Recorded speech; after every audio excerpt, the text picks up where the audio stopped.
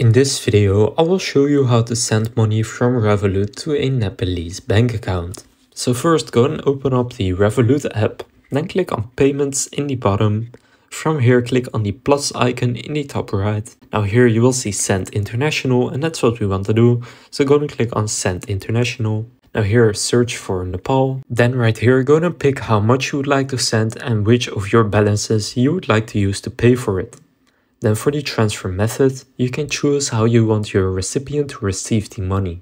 So for me it's set to a bank account and that's what I want to do, is send to a Nepalese bank account. So after entering how much you would like to send, how you would like to pay for it, and how you would like the recipient to receive the money, go and click on continue. And once you click on continue, all you need to do is enter the recipient's bank details and maybe their name and some additional details.